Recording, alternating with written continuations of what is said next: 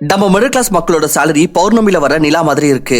மாசத்துல வெறும் ஒரு வாட்டி வருது அண்ட் கொஞ்சம் கொஞ்சமாக சின்னதாயி வெறும் 15 நாள்ல மறைஞ்சு போயிருது. இப்ப நிலாவோ திரும்ப கொஞ்சம் கொஞ்சமா வளர ஆரம்பிச்சிருது. ஆனா நம்மளோட காசோ ஒரு வாட்டி செலவாயிடுச்சுன்னா அப்போ அடுத்த 15 நாட்களுக்கு கடன், கைமாத்தா இல்ல சேவிங்ஸ் எதனா இருந்துச்சுன்னா அதை வச்சு பாத்துக்க வேண்டியது இருக்கும். ஆனா அப்படி இந்த மாதிரி எதனா ஒரு வழி இருக்கா? இந்த காசு கொஞ்சம் கொஞ்சமா குறையறதுக்கு பதிலா அதிகரிச்சுட்டே போயிடணும் அண்ட் அதிகரிச்சு எவ்வளவு ஆயிரணும்னா நம்மளோட எல்லா தேவைகளையும் பூர்த்தி பண்ணிட்டு நமக்கு அர்லி ரிட்டையர்மெண்ட் அண்ட் ஃபைனான்சியல் ஃப்ரீடமும் கொண்டு சேர்க்கணும். இங்க பாருங்க, வாரன் பஃபெட் சொல்றது என்னன்னா, அப்படி உங்களுக்கு லைஃப்ல பணக்காரன் ஆகணும்னா, சக்சஸ்ஃபுல் ஆகணும்னா அப்ப நீங்க மத்த ஆட்களை விட ரொம்ப ஸ்மார்ட்டா இல்ல, வெறும் மத்த ஆட்களை விட நீங்க கொஞ்சம் டிசிப்ளின்டா இருக்கணும். அதாவது கொஞ்சம் காசு செலவு பண்றதுக்கு பதிலா அப்படியே நீங்க இன்வெஸ்ட் பண்றது மீது கவனம் செலுத்தினீங்கன்னா அப்ப சில வருஷங்களே உங்களை பணக்காரன் ஆக்கிடும். அது வந்து power of compounding. And Rajesh and Akash கூடவும் இந்த மாதிரி தான் ஏற்பட்டுச்சு. So Sham, Rishabh and Akash 3 friends தமிழ்நாட்டுல இருந்து மும்பைக்கு போனாங்க. கண்கள்ல வேலையை குறித்து வெவ்வேறு கனவுகள் இருந்துச்சு. 3 பேர்கிட்டயும் நல்ல இன்ஜினியரிங்கான டிகிரி இருந்தது அண்ட் கூடவே பணக்காரன் ஆகணும்ன்ற கனவும். ராஜேஷ்க்கு ஆரம்பத்துல இருந்தே ரியல் எஸ்டேட் நோக்கி இன்ட்ரெஸ்ட் இருந்துச்சு அண்ட் ஆகாஷ்க்கு ஸ்டாக் மார்க்கெட் மீது. அதுவே ஷாம் வந்து வெறும் அவரோட லைஃப் ஸ்டைல நல்லா இருக்கணும்னு விரும்பினாரு. ஷாமுக்கு லைஃப்ல எல்லா விஷயமும் சீக்கிரம் தேவை அண்ட் லக்கிலி 3 பேர்ல முதல்ல வேலை கிடைச்சதும் பாத்தீங்கன்னா ஷாமுக்கு தான். மாசத்துக்கு 30,000 ரூபாய் சம்பளத்துல மும்பைல ஷாம் வந்து எல்லா ஆசைகளையும் பூர்த்தி பண்ணிக்கணும்னு டிசிஷன் எடுத்தாரு. மும்பையோட பார்ட்டி கல்ச்சர், லிவிங் எக்ஸ்பென்சஸ், சாப்பாடு, தண்ணி அண்ட் வெவ்வேறு டெஸ்டினேஷன்ஸ் அண்ட் அவர் ஒவ்வொரு மாசமும் இந்த எல்லா விஷயத்தையும் எக்ஸ்ப்ளோர் பண்ணாரு. 23 வயசு உள்ள ஷாம் இப்ப கொஞ்சம் அதிகமாவே புத்திசாலியா இண்டிபெண்டன்ட் ஆயிட்டாரு. அவருக்கு ஃபேமிலியை நடத்தணும்னு இல்ல, வேற அவரோட கரியரை உருவாக்கணும். இதனால அவர் ராகேஷ் அண்ட் ஆகாஷ் கிட்ட இருந்து பிரிஞ்சு இருக்கணும்னு டிசிஷன் எடுத்தாரு. எங்க அவர் ஆபீஸோட மிச்ச கலீக்ஸ் தங்கிட்டு இருந்தாங்களோ அங்க வந்ததும் 3 பேர் ஒண்ணா தான். ஆனா இப்ப ஷாம் அவர் ஆபீஸ் பக்கத்துல இருக்கிற சொசைட்டில ஒரு அபார்ட்மெண்ட்ல வாழ ஆரம்பிச்சிட்டாரு. அங்க இருக்கிற ரெண்ட் வந்து 10 ல இருந்து 12,000 ரூபாய் அண்ட் இந்த இடம் அவர் ஆபீஸ்க்கு பக்கத்துலயே இருந்துச்சு. அதுவே ஆகாஷ் அண்ட் ராஜேஷ் பாத்தீங்கன்னா மும்பைல இருக்கிற ஓல்டு பன்வேல்ன்ற ஒரு இடத்துல தங்கிட்டு இருந்தாங்க. அங்க ரெண்ட் அண்ட் ப்ராப்பர்ட்டிஸ் ரொம்பவே விலை கம்மி அண்ட் ஆப்பர்ச்சுனிட்டிஸ் அதிகம். இப்ப ராஜேஷ்க்கு ஆரம்பத்துல இருந்து ரியல் எஸ்டேட்ல இன்ட்ரெஸ்ட் இருந்தது அண்ட் இப்போ அவர் பன்வேல் என்ற இடத்துக்கு ஷிஃப்ட் ஆனதும் அப்ப ஆரம்பத்துடைய முதல் 3-4 மாசத்துக்கு அவர்கிட்ட வேலை இல்ல.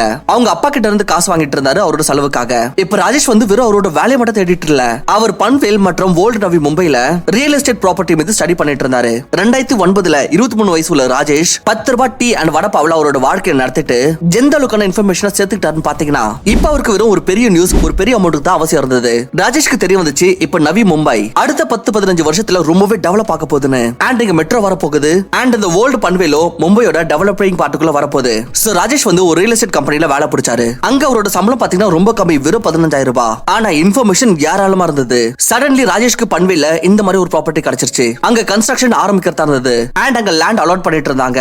ராஜேஷ் வந்து அவங்களோட அப்பாக்கு போன் பண்ணி 15 லட்சம் ரூபாய் இந்த ப்ராப்பர்ட்டில இன்வெஸ்ட் பண்றதுக்கு சொன்னாரு அண்ட் இது உறுதி கொடுத்தாரு 10 வருஷத்துல இங்க டெவலப்மெண்ட் ஆக போகுதுன்னு. அண்ட் நம்ம இதுல இருந்து 3-4 ப்ராப்பர்ட்டி வாங்கிட்டு முற்றிலும் ஃபைனான்சியல் ஃப்ரீ ஆயிரலாம். இப்போ ஒரு இந்தியன் ஃபாதர் எங்க ஒத்துக்க போகிறாரு. ஆனா ஏதோ செஞ்சு ராஜேஷ் அவரை கன்வின்ஸ் பண்ணாரு. 15 லட்சம் ரூபாய் போட வச்சிட்டாரு. வருஷம் 2011ல அந்த ப்ராப்பர்ட்டி முடிஞ்சு தயாராயிடுச்சு. அது கூடவே அங்க ஷாப்பிங் காம்ப்ளெக்ஸ், ஹாஸ்பிட்டல், ஸ்கூல்ஸ்லாம் வந்தது. ராஜேஷ் வந்து அந்த ப்ராப்பர்ட்டியை ரெண்ட்ல போட்டாரு அண்ட் 2% ரெண்டல் ஈல்ட் எடுத்தாரு. இப்போ ராஜேஷோட ப்ராப்பர்ட்டியோட மதிப்பு அதிகரிச்சுட்டே இருந்துச்சு அண்ட் ஆரம்பத்தோட 5 வருஷத்திலேயே அவரோட ப்ராப்பர்ட்டி ரிசல்ட் காமிக்க ஆரம்பிச்சது. அண்ட் 3 வருஷத்துல ஒரு ப்ராப்பர்ட்டியோட வேல்யூ 30,17,000 ரூபாய் ஆயிடுச்சு அண்ட் அதுல இருந்து 60,000 ரூபாய் ரெண்ட் மந்த்லி வர ஆரம்பிச்சது. கூடவே அவரோட ஜாப் நல்லா ஆரம்பிச்சது. இது தெரிவிக்குது ராஜேஷ் காசு சம்பாதிக்கிறதுக்கு முன்னாடியே அவர் இந்த மாதிரி எதனா ஒரு இடத்துல இன்வெஸ்ட் பண்றத பத்தி யோசிச்சிருக்காரு. எங்களுக்கு அவருக்கு ஃபியூச்சர்ல இன்கம் கிடைச்சிட்டே இருக்குமோ. அதுவே இன்னொரு பக்கம் ஷாம் 2011ல 25 வயசு ஆயிட்டு இருந்தது. இப்போ அவரோட லைஃப் பாத்தீங்கன்னா வேற லெவல் மாறிடுச்சு. ஏன்னா அவருக்கு மும்பையோட பிளாஷி கல்ச்சருக்கான பழக்கம் வந்திருக்கு அண்ட் இப்போ அவர் லைஃப் உடைய பெரிய பெரிய பர்ச்சேசஸ் எதுவும் யோசிக்காமலே செய்ய ஆரம்பிச்சாரு. 50,000 ரூபாய் salary வாங்கின பிறகு அண்ட் 3 வருஷம் வேலை செஞ்ச பிறகு ஷாம் வந்து எல்லா வேலையும் செய்ய ஆரம்பிச்சாரு. எதெல்லாம் அவரோட கலீக் செஞ்சுட்டு இருந்தாங்களோ. அவரோட நண்பர்கள் கார் வாங்கினாங்க. அப்ப ஷாமுக்கு ஆசை வந்துருச்சு அவருக்கான ஒரு வண்டி வாங்கணும்னு. சோ இதனால ஷோரூம் போயிட்டு அவர் 6 லட்சம் ரூபாய்க்கான ஒரு செடான் வண்டி வாங்குறாரு. இப்ப 6 லட்சம் ரூபாய் ஒரேடியா இல்ல, இதனால அவர் போட்டுக்கிட்டாரு இஎம்ஐ. இப்ப நீங்களே பார்க்கலாம், ரெண்ட் கூட ஷாமுக்கு 12,000 ரூபாய்க்கான இன்னொரு பிக்ஸட் செலவும் வந்துருச்சு. 50,000 ரூபாய் சம்பளத்துல 12,000 ரூபாய் வீடு ரெண்ட் பே பண்ணிட்டு இருந்தாரு அண்ட் 12,000 ரூபாய் வண்டிக்கு இஎம்ஐ. அதாவது 24-25,000 ரூபாய் செலவு பிக்ஸட். இப்ப வண்டி வந்துருச்சு, லைஃப் ஸ்டைல் நல்லா இருக்கு. சோ வாழ்க்கையில லைஃப்க்குன்னு ஒரு பார்ட்னர் வரணும் அண்ட் பார்ட்னர் வந்ததுமே ஷாம் அவரை எப்படி பிரசன்ட் பண்ணிட்டாருன்னா ஏதோ அவர்கிட்ட எக்கச்சக்க காசு இருக்கிற மாதிரி அண்ட் அவர் பார்ட்டிஸும் என்ஜாய் பண்ணிட்டு இருந்தாரு. இப்ப ஷாம் கிட்ட 25,000 ரூபாய் எக்ஸ்ட்ரா மிச்சம் இருந்தது. இப்ப அதுவும் மிச்சம் இருக்கிறது இல்ல.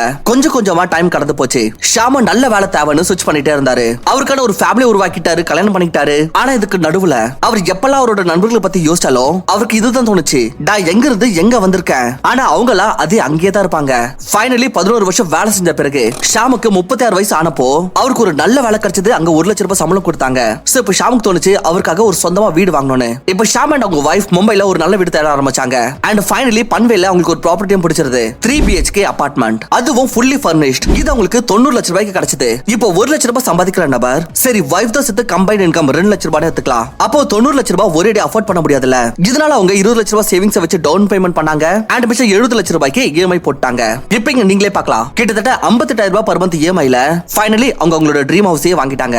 எல்லா paper work and loan procedure முடிஞ்ச பிறகு யார் அந்த ப்ராப்பர்ட்டி ஓனர்னு ரிவீல் ஆனதோ ஷாம் ரொம்பவே ஷாக்கே ஆயிட்டாரு. ஆக்சுவலி நவி மும்பைல ஷாம் என்ன ஒரு ப்ராப்பர்ட்டி வாங்கினாரோ அது ராஜேஷோட ப்ராப்பர்ட்டி தான். எக்ஸாக்ட்லி அதே ப்ராப்பர்ட்டி 2011ல 15 லட்சம் ரூபாய்க்கு வாங்கினாரு. அண்ட் இப்ப நீங்களே பார்க்கலாம், 11 வருஷத்துக்கு அப்புறம் அதாவது 2022ல அந்த ப்ராப்பர்ட்டியை விற்க போனப்போ அப்ப அதோட வேல்யூ 69,78,000 ரூபாய் ஆயிடுச்சு. அண்ட் அவர் அதே பிளாட்டை ஷாம்க்கு 90 லட்சம் ரூபாய்க்கு வித்தாரு. உண்மையில இந்த மாற்றம் எப்படி சாத்தியமாச்சுன்னா 2011ல இப்படி தெரியக்கூடிய பன்வேல் 2022ல பாத்தீங்கன்னா பார்க்க இந்த மாதிரி ஆயிடுச்சு. பாத்தீங்கன்னா எல்லாமே கம்ப்ளீட்டா டெவலப்ட் ஆயிடுச்சு. ராஜேஷ் வந்து ஸ்பெகுலேட் பண்ணி இப்படி ப்ராப்பர்ட்டிக்கான பந்தய விளையாடினாரு. அது முற்றிலும் சரியாக அமைஞ்சது. அண்ட் அவர் வேலை கூட சம்பாதிச்ச earnings ரியல் எஸ்டேட்ல இன்வெஸ்ட் பண்ணி இப்ப அவர்கிட்ட நவி மும்பைல 4 ப்ராப்பர்ட்டிஸ் இருக்கு. அதுல இருந்தா ஒன்னு வாங்குறாரு ஷாம் வந்து. சோ ஷாம் வந்து ராஜேஷை பார்த்ததுமே பாத்தீங்கன்னா ரொம்ப ஆச்சரியமாயிட்டாரு. அண்ட் ராஜேஷ் வந்து அவர் சந்திச்சதுக்கு அப்புறம் சொல்றாரு, டன்பா இந்த 13 வருஷத்துல நான் 4 ப்ராப்பர்ட்டி வாங்கியிருக்கேன். உண்மையில நான் நவி மும்பைல எப்ப இன்வெஸ்ட் பண்ணனா அது டெவலப் ஆக ஆரம்பிக்கும் போது தான். அண்ட் ரியல் எஸ்டேட் மட்டும் தான் இந்த மாதிரியான ஒரு விஷயம். இது இன்ஃப்ளேஷனோட வரம்புக்குள்ளவே வராது. எதிரா இன்ஃப்ளேஷன் கூட ரியல் எஸ்டேட் க்ரோ ஆகும். அண்ட் கூடவே அதிகரிக்கிற ப்ராப்பர்ட்டிஸோட ரேட்ஸோ அண்ட் சுத்தி ஏற்படுற டெவலப்மெண்ட்ஸ் கூட ரெண்டோ இன்க்ரீஸ் ஆயிடும். அதாவது பவர் ஆஃப் கம்பவுண்டிங் கூட பவர் ஆஃப் ரெண்டிங்கோ. 36 வயசுல ராஜேஷ் கிட்ட எவ்வளவு காசு இருந்ததுன்னா அவரால கம்ஃபர்டபுளா ரிட்டையர் ஆக முடியும். அண்ட் அவரோட அசெட் அவருக்கு காசு சமைச்சு கொடுத்துட்டு இருந்தது. வாரன் பஃபெட் சொல்றாரு, if you don't find a way to make money while you sleep you will be working till your last breath. And இந்த மாதிரியான ஒரு சூழ்நிலை தான் இருந்தது ஷாம்க்கு. இவங்க ரெண்டு பேரும் பேசிட்டு இருக்கிறது நடுவுல ஆகாஷை பத்தி சொல்றாங்க. ஷாம் கேக்குறாரு, ஆகாஷ் எங்க இருக்கா இன்னைக்கு? வேலைக்காக எதுவும் கஷ்டம்லாம் பட்டுட்டு இல்ல. ராஜேஷ் சொல்றாரு, இல்ல நண்பா அவனோட கேமே வேற. அவர் 2 வருஷம் நார்மல் வேலை செஞ்சதுக்கு அப்புறம் தலால் ஸ்ட்ரீட்ல வேலைக்கு சேர்ந்தான். அண்ட் இப்ப அவன் அங்கதான் பிளேஸ்டா இருக்கா. இரு அவனையும் கூப்பிடுறேன். ஆகாஷ்க்கு எதிர்பார்த்துக்கிட்டு ஷாம் அண்ட் ராஜேஷ் ஒரு ஹோட்டல்ல வெயிட் பண்ணிட்டு இருந்தாங்க. அப்ப ஆகாஷ் ஒரு ட்ரூ ஜென்டில்மேன் சென்ஸ்ல ஒரு வண்டி விட்டு இறங்குறாரு. அண்ட் 2 பேர் கூடுவோம் ரொம்ப நாள் கழிச்சு சந்திச்சு சந்தோஷமாக்குறாரு. ஆகாஷோட சிம்பிள் வே ஆஃப் லிவிங்க பார்த்துட்டு ஷாம் கேக்குறாரு, நண்பா உன்னோட கதை என்ன? லைஃப்ல எதனா நடந்துச்சா இல்லையா? காசு படம் எதனா சரியா சம்பாதிச்சா இல்லையா? இது குறித்து ஆகாஷ் ரொம்பவே கிரேஸ்ஃபுல்லி ரிப்ளை பண்றாரு. நண்பர்களே நான் அடுத்த 5 வருஷத்துல ரிட்டையர் ஆக போகிறேன். ஷாம் மனசுல யோசிக்கிறாரு, ஒருத்தர் ஏற்கனவே ரிட்டையர் ஆயிட்டா அண்ட் இன்னொருத்தர் 5 வருஷத்துக்கு அப்புறம் ரிட்டையர் ஆக போகிறான். ஆனா நான் மட்டும் அடுத்த 20 வருஷத்துக்கு வீட்டோட இஎம்ஐ கட்டத்துக்கு வேலை செய்வனா? அவுட் ஆஃப் கியூரியாசிட்டி ஷாம் கேட்டுறாரு, நண்பா 5 வருஷத்துல லாட்டரி ஒண்ணு ஏதோ அடிக்க போறது இல்லையே. இது குறித்து ஆகாஷ் அவரோட லைஃப் ஸ்டோரி சொல்றாரு. எனக்கு லாட்டரி ஏதோ அடிக்க போறது இல்ல, பதிலா நான் சேவிங்ஸ் ரூல் அண்ட் கம்பவுண்டிங் ரூலோட உதவியுடன் பணம் சம்பாதிச்சிருக்கேன். அண்ட் இப்ப எவ்வளவு சேர்ந்துருச்சுன்னா வெறும் 3-4 வருஷத்துக்கு அப்புறம் ரிட்டையர் ஆயிடுவேன். சோ ஆகாஷ் கண்டினியூ பண்ற விதமா சொல்றாரு, ஆனது என்னன்னா எனக்கு முதல் வேலை கிடைச்சது ட்ரேடிங் கம்பெனில ஆஸ் an ஐடி டெக்னீஷியன். ஆனா அங்க என்னோட வேலையே வேற. ஆனா நான் ஸ்டாக் மார்க்கெட்டோட சில தந்திரங்களை கத்துக்கிட்டேன்.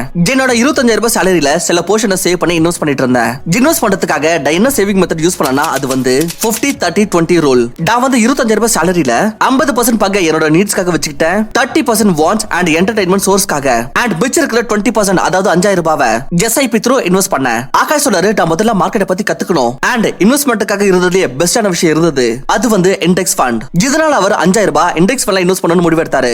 இந்தியால நிஃப்டி 50 இண்டெக்ஸ் ஃபண்ட் 10ல இருந்து 12% ஆனுவல் ரிட்டர்ன் கொடுக்குது. அண்ட் ஸ்டாக்ஸ் இதுக்கு நடுவுல எப்படி பெர்ஃபார்ம் பண்ணுது ஆகாஷ் அதை கத்துக்கிட்டாரு. 5 வருஷம் இன்வெஸ்ட் பண்ண பிறகு அண்ட் ஸ்டாக் மார்க்கெட்டை பத்தி கத்துக்கிட்ட பிறகு ஆகாஷ்க்கு புரிஞ்சிருச்சு, இப்ப காசு சம்பாதிக்கணும்னா early retirement தேவைனா அப்ப அவரோட பிசினஸ் பில்ட் பண்றது கூடவே இன்வெஸ்டிங் ஆரம்பிக்கணும். ஆகாஷ் இப்ப அவரோட ஜாப் கூடவே ஃப்ரீலான்ஸ் ஃபைனான்சியல் அசிஸ்டன்ஸ் கொடுத்துட்டு இருந்தாரு. 28 வயசுல மக்கள் புரியாம சுத்துறப்போ யூபிஎஸ்சிக்கு படிக்கலாமா வேலை செய்யலாமான்னு அதே ஆகாஷ் 3 விதமான வேலை செஞ்சு காசு சம்பாதிச்சிட்டு இருந்தாரு. அண்ட் மாசத்துக்கு 1 இருந்து 1.25 லட்சம் ரூபாய் சம்பாதிச்சிட்டு இருந்தாரு. இதுக்கப்புறம் ஆகாஷ் வந்து சொல்றாரு, எல்லாத்துக்கும் முதல்ல 5 வருஷம் நான் எஸ்ஐபி ல இருந்து காசு சம்பாதிச்சேனே அதை நான் வித்ட்ரா பண்ணேன். அவர் வந்து சொன்னாரு, 5 வருஷத்துல அவர் நிஃப்டி 50 இண்டெக்ஸ் ஃபண்ட் எது 10ல இருந்து 12% ஆனுவல் ரிட்டர்ன் கொடுத்துட்டு இருந்ததோ அங்க அவருடைய 5,000 ரூபாய் 10% ஸ்டெப் போடன் 5 வருஷத்துல 4,84,000 ரூபாய் ஆயிடுச்சு. இந்த 4,84,000 ரூபாய் கூட அவர் 16,000 ரூபாய் எக்ஸ்ட்ரா ஆட் பண்ணாரு. அண்ட் முதல் தடவையா 5 லட்சம் ரூபாய்க்கான லம்சம் இன்வெஸ்ட்மெண்ட் பண்ணாரு ஸ்டாக்ஸ்ல. இதுல அவரோட ஸ்டாக் போர்ட்ஃபோலியோல 17% ஆவரேஜ் ரிட்டர்ன் கிடைச்சிட்டு இருந்தது. அண்ட் நீங்களே பார்க்கலாம் 10 வருஷத்துக்கு அப்புறமா அவர்கிட்ட எவ்வளவு காசு சேர்ந்திருக்கோன்னு 24 லட்சம் ரூபாய். ஆகாஷ்க்கு தெரிஞ்சிருந்தது அர்லி ரிட்டையர்மெண்ட்க்கு வேற இவ்வளவு காசு பத்தாது. இதனால அவர் நிஃப்டி 50 இண்டெக்ஸ் ஃபண்ட்ல திரும்ப எஸ்ஐபி பண்ணனும் முடிவு பண்ணாரு. ஆனா இந்த வாட்டி 5,000 ரூபாயில ஒரு பயங்கரமான அமௌண்ட்க்கு ஆகாஷ் விரும்பினாரு. வெறும் ஒரு 10ல இருந்து 12 வருஷத்துக்குள்ளவே 1ல இருந்து 1.5 கோடி ரூபாய் அமௌண்ட்டை செக்யூர் பண்ண பிறகு ரிட்டையர் ஆயிடணும்னு. இதனால அவர் டிசைட் பண்ணாரு, ஒவ்வொரு மாசமும் 1,20,000 ரூபாய் இன்கம்ல 30,000 ரூபாய் பர் மந்த் இன்வெஸ்ட் பண்ணுவேன் and 732 rule of compounding use பண்ணுவேன். சோ இந்த 732 ரூல் ஆஃப் கம்பவுண்டிங் சொல்லுது, அப்படியே நீங்க ஒரு சர்டைன் அமௌண்ட்டை ஒவ்வொரு வருஷம் 10%ல இன்க்ரீஸ் பண்ணீங்கன்னா அப்ப முதல் 7 வருஷத்துல உங்ககிட்ட 50 லட்சம் ரூபாய் இருக்கும் அண்ட் அடுத்த 50 லட்சம் ரூபாய்க்கு வெறும் 2 வருஷம் காத்திருந்தா போதும். ஆகாஷ் வந்து அந்த சர்டைன் அமௌண்ட் டிசைட் பண்ணாரு 30,000 ரூபாய். ஆன்சர்ல கால்குலேஷன் பண்ணாரு. அது பாத்தீங்கன்னா இந்த மாதிரி வந்துச்சு. அதாவது ஆகாஷோட கால்குலேஷன் பாத்தீங்கன்னா முற்றிலும் சரியாக இருந்தது. நீங்களே பார்க்கலாம் 7 வருஷத்துல 50 லட்சம் ரூபாய், அப்புறம் 10வது வருஷத்துல 1 கோடி ரூபாய் அண்ட் 12வது வருஷத்துல 1.5 கோடி ரூபாய். பிளஸ் பை த டைம் அவர் ரிட்டையர் ஆகுறப்போ அப்ப அவர்கிட்ட 25 லட்சம் ரூபாய்க்கு ஸ்டாக் இருக்கும். இதுல இருந்து அவருக்கு டிவிடெண்டா கிடைச்சிட்டு இருக்கும். ஆனா இந்த கால்குலேஷன்ல ஒரு மிகப்பெரிய பிரச்சனை இருந்தது. ஆகாஷ் யோசிச்சாரு, இந்த 1.5 கோடி ரூபாய் கால்குலேஷன்ல 12 வருஷத்துக்கு அப்புறம் ஷோ ஆகுது. ஆனா 12 வருஷத்துக்கு அப்புறம் இன்ஃபிளேஷன் பிறகு இதே வேல்யூ சேமா இருக்குமா? அப்புறம் அவர் இந்தியால போயிட்டு இருக்கிற 6% இன்ஃபிளேஷனையும் அட்ஜஸ்ட் பண்ணாரு. அதோட கால்குலேஷன் பாத்தீங்கன்னா இந்த மாதிரி இருந்துச்சு. நீங்களே இங்க பார்க்கலாம். இன்ஃபிளேஷனை அட்ஜஸ்ட் பண்ண பிறகு அந்த 1.5 கோடி ரூபாயோட ஆக்சுவல் வேல்யூ வெறும் 71 லட்சம் ரூபாய் தான் இருக்கும். ஆகாஷ்க்கு இது புரிஞ்சிருச்சு. 30,000 வேலை இது நடக்க போறது இல்லன்னு. அவருடைய ரிட்டையர்மெண்ட்டுக்கு 1 கோடி ரூபாய் தேவை இருந்தது இல்ல, அது 30,000 ரூபாய் எஸ்ஐபில அச்சீவ் ஆக போகிறது இல்ல. இதனால அவர் முதல் நாள்ல இருந்து 50,000 ரூபாய் per month இன்வெஸ்ட் பண்ண ஆரம்பிச்சாரு. அண்ட் அதோட ரிசல்ட் நீங்களே பார்க்கலாம். 12 வருஷத்துக்கு அப்புறமா அவர்கிட்ட இருக்கும் 2.5 கோடி ரூபாய். இதுல இன்ஃபிளேஷனை அட்ஜஸ்ட் பண்ண பிறகு அவருடைய 1 கோடி ரூபாய் டார்கெட் ஈஸிலி அச்சீவ் ஆயிடும். அதுவும் ஆஃப்டர் இன்ஃபிளேஷன். அதாவது இந்த 3 ஃப்ரெண்ட்ஸ்லயும் பார்த்தோம்னா ஆகாஷ் வந்து மிச்ச 2 பேரையும் ஈஸிலி அவுட் பிளே பண்ணிட்டாரு. சரி, ராஜேஷ்க்கு வந்து ரியல் எஸ்டேட்ல பவர் ஆஃப் கம்பவுண்டிங் வந்து கிடைச்சிருச்சு. அண்ட் 36 வயசுல ஃபைனான்ஷியலி ஃப்ரீயா ஆயிட்டாரு. ஆனா ரியல் எஸ்டேட்ல பாத்தீங்கன்னா நமக்கு பல்காக கேபிட்டல் தேவைப்படும். ஆனா ஆகாஷோட டெக்னிக்ஸ் அண்ட் அப்ரோச் தான் இருக்கத்திலே ரொம்பவே ரியலிஸ்டிக் அண்ட் அப்ளிகபிளா இருக்கு ஒவ்வொரு காமன் மேனுக்கும். சோ நீங்களும் உங்களோட இன்கம் சோர்ஸை அதிகரிக்கிறது மீது கவனம் செலுத்துங்க. அண்ட் சம்பாதிக்கிற பணத்தை பட்ஜெட் போட்டு பிரிச்சு செலவு பண்ண கத்துக்கோங்க. அண்ட் இது கூடவே முக்கியமா இன்வெஸ்டிங் எஸ்ஐபி மூலமாக பண்ண ஆரம்பிங்க. அதுவும் இண்டெக்ஸ் ஃபண்ட்ல. அப்படி இந்த 3 விஷயத்தை நீங்க செஞ்சீங்கனாலே அதுவும் டிசிப்ளினுடன் மார்க்கெட் கிராஷ் ஆனாலும் சரி மேல போனாலும் சரி உங்ககிட்ட ஃபைனலா ஒரு நல்ல அமௌண்ட் இருக்கும். இத வச்சு உங்களோட அண்ட் உங்க பசங்களோட லைஃபை முற்றிலும் மாத்திரலாம். சோ ஃப்ரெண்ட்ஸ், ஐ ஹோப் இந்த வீடியோ உங்களுக்கு ரொம்ப யூஸ்ஃபுல்லா இருந்திருக்கும்னு நினைக்கிறேன். ஹெல்ப்ஃபுல்லா இருந்துச்சுன்னா சேனலுக்கு சப்ஸ்கிரைப் பண்ணிட்டு வீடியோக்கு லைக் பண்ணிடுங்க. தேங்க்யூ ஃபார் வாட்சிங்.